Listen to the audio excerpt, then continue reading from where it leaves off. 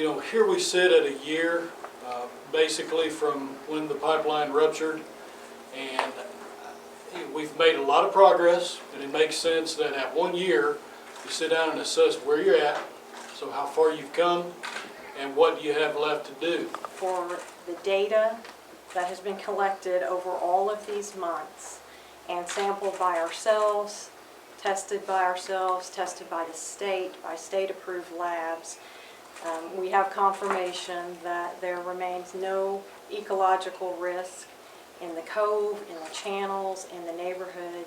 All the testing supports that worry does not exist, and we can move forward beyond that.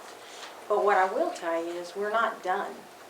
Just because there's no ecological risk or health risk in the community, we realize that we are not done. We're very pleased with that response, but we have work to do. And my goal as county judge is to make sure, I'm not a scientist, but what I want to know and be assured of, and have been assured of, and have every confidence that there's not going to be a lasting effect.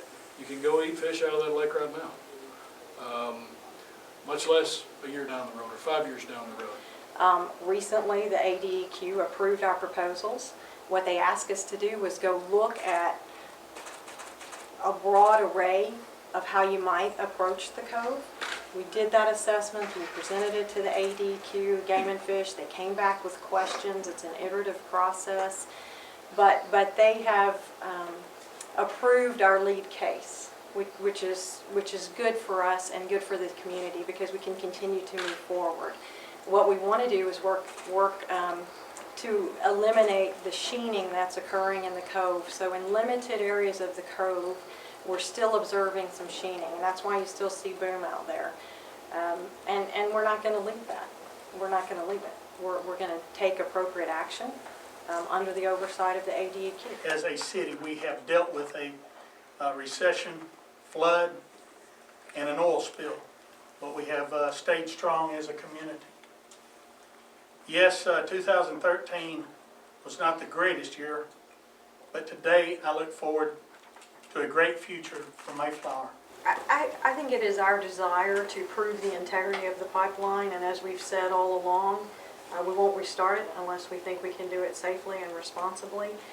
The process is that we need to submit the remedial work plan that we've developed, submit that to the regulatory agency, which is PHMSA, and then work with them to agree that it's safe to restart. And only at that time will we propose restarting it.